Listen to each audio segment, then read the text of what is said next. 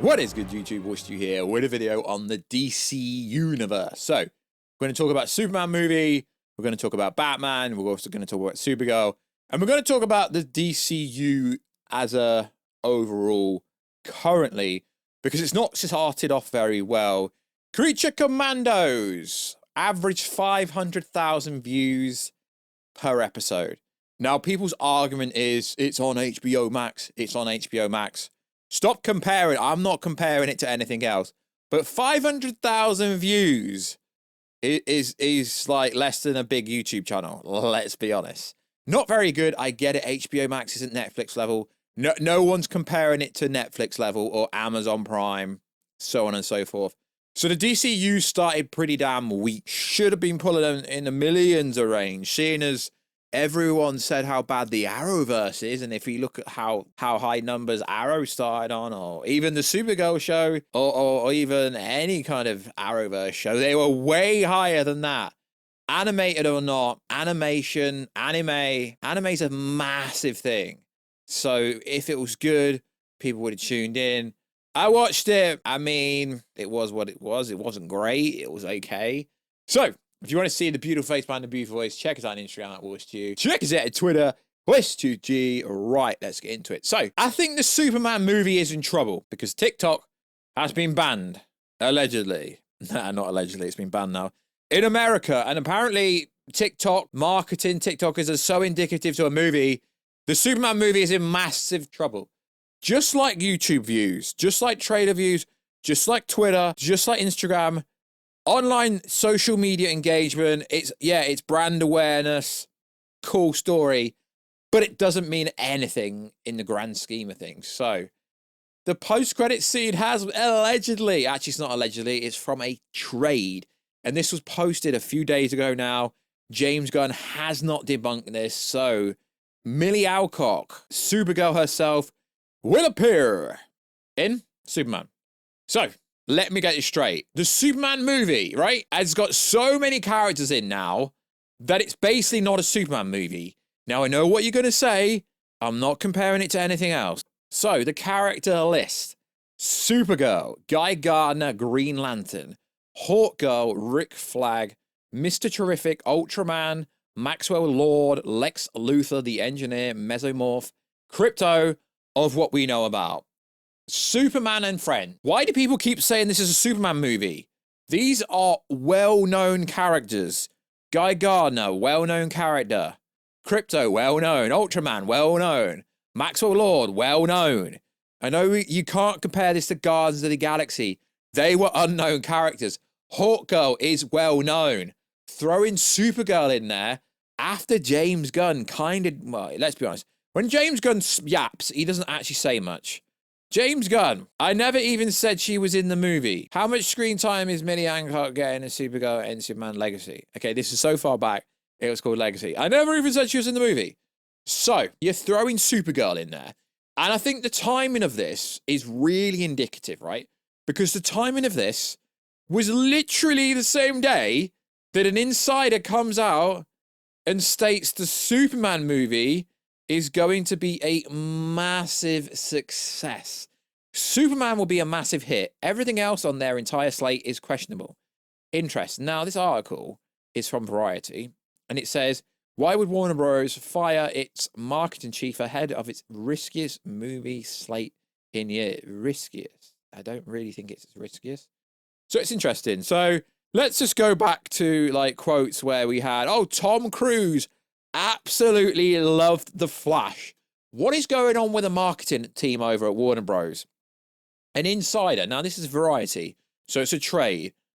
An insider says it's going to be a massive success. Interesting. Now, we know Warner Bros does have the Minecraft movie coming out this year. In fact, Warner Bros has a fair few movies coming out this year. But to fire the head of marketing at Warner Bros this year, interesting. We're not going to go over the whole article.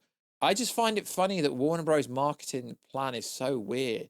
An insider thinks James Gunn's Superman will be a massive hit. I think it'll be a massive hit. But as I've said, in order for Superman to be a massive hit, it's got to at least do $800 to $1 billion. Because Creature Commandos flopped, 500,000 views per episode. I don't really care what you say about ratings. I don't care how big HBO Max is. It's bigger than it's big enough to be getting in the millions range easily, and it's top 3, and it only hit 500k. Wow, that's less than like a big YouTuber, really. So, I think the Superman movie's in trouble because we're over 6 months away. Right, movie comes out in July. We're in January, and they're already coming out. Insider thinks James Gunn's Superman movie will be a massive hit. I actually think it's going to be a big hit. I'm actually really looking forward to this movie. But to have Supergirl have to debut in the Superman movie, it's already got a massive list of characters to the point where this movie's going to have to be like 3 hours long. I don't believe that the Green Lantern, Hawkgirl, Engineer, Rick Flag, so on and so forth, are just going to have cameo roles. A cameo would imply you're there on the screen for a few moments. We know that is not going to be the case here. So what the hell are they doing? It would have been much better had we had Superman, Lex Luthor, maybe like Crypto. That's it. Why have we basically got the Justice Society combined with the Justice League? Now, I know people are going to say they're not well-known characters. Guy Gardner is a freaking Green Lantern. He's really well-known. So I just don't understand why more characters keep getting added to this movie. And then we hear the fact that Jason Momoa, Lobo himself, might actually appear in said post-credit scene, because there's 2 rumored post-credit scenes I've been hearing from behind the scenes. One is Supergirl getting introduced, and then it's very ironic that David Cornsweet is also in London. Well, not actually shooting in London, let's be honest. It's just outside of London, but you guys would say London. It's just very ironic that David appears to be in England whilst they're filming this Supergirl movie. So they're going to market both the Superman movie and the Supergirl movie off the fact that Supergirl and Superman, obviously they're cousins in this universe, in DC Comics, they're both going to appear in each other's movies. But this whole universe wasn't supposed to be a whole connected universe where you have multiple characters appearing in multiple of instances of the same movie. So it's a little bit miscellaneous in terms of what the freaking hell is going on with this movie. I'm trying to be freaking positive, but a trade comes out and confirms that Supergirl is going to appear in the Superman movie 6 months before the movie comes out. So calling it a Superman movie, to me, it's a little bit misleading. It's really misleading because it's Superman and Friends, which, yeah, it was also an animated show. It's a bit misleading to me. So also in the news, it does appear that it's still a bit unclear if Robert Pattinson is going to be the Batman in the DCU or if we're getting a new Batman in the DCU. And it's also unclear if Andy Muschietti is directing said movie, because no one is really saying anything publicly. It's all right saying, yeah, an inside source said that James Gunn and Andy Muschietti have been speaking a lot about Batman Brave and the Bold. But realistically, put in a Supergirl movie before a Batman movie. Hell, put in a Superman movie for a Batman movie is weird. And I get it, the DC fandom were like, yeah, Batman's being the lead, Batman's being the face of DC for such a long time. Yeah, because he's the most profitable, he's the most recognizable. So I get putting Superman out before Batman, but putting a Supergirl movie out before Batman is actually, it's freaking wild. And then you have James Gunn coming out and saying things like, Supergirl was not actually supposed to be the second movie in the DCU. And then he's coming out saying, yeah, if the Superman movie isn't successful, there's going to be no other movies. So it is indicative and it's interesting. And also he's come out and said the writer for the Supergirl movie is so freaking good at writing scripts that she's going to write a bunch of other DC projects, which I find weird, right? Because it's all right saying James Gunn thinking it's a great script. James Gunn is not God tier. I don't understand why James Gunn keeps saying about scripts and nothing gets greenlit unless it's got a good script. Well, let's be honest. Most of his movies are forgettable. Yes, I rated the Suicide Squad movie. Yes, I think the Guardians movie are good. But none of them are God tier elite movies. So him saying that the writer for Supergirl is great, so she's going to write a bunch of other things. It's kind of pointless because unless the movie actually does well, Supergirl, the Woman of Tomorrow, starring Jason Momoa, side character Supergirl.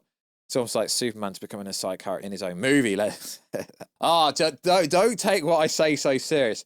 I just find it odd that he's like, yeah, we're not greenlighting anything, but because the Supergirl script's great, I want her to script a bunch of other movies in the DCU. But it's like, to me, as soon as you are writing a movie, it is greenlit. It's just a case of getting the script right. So it's pointless him keep saying, we're not going to greenlight anything until the script is perfect, because you're literally already saying that. It's like Creature Commando Season 2 is happening. There is no script. Penguin Season 2 is happening. There is no script. But it's basically greenlit. Batman Brave and the Bold, there is no script. It's greenlit. It's going to be happening. It's just a bunch of stuff keeps really coming out that contradicts everything. The Flash director, Andy Muschietti, says the film flopped because it wasn't a movie that appealed to the fourth quadrant. Right. Okay. So if the person behind the Flash movie can't appeal to the four quadrants, how the freaking hell are you going to make a Batman movie that appeals to the fourth quadrant?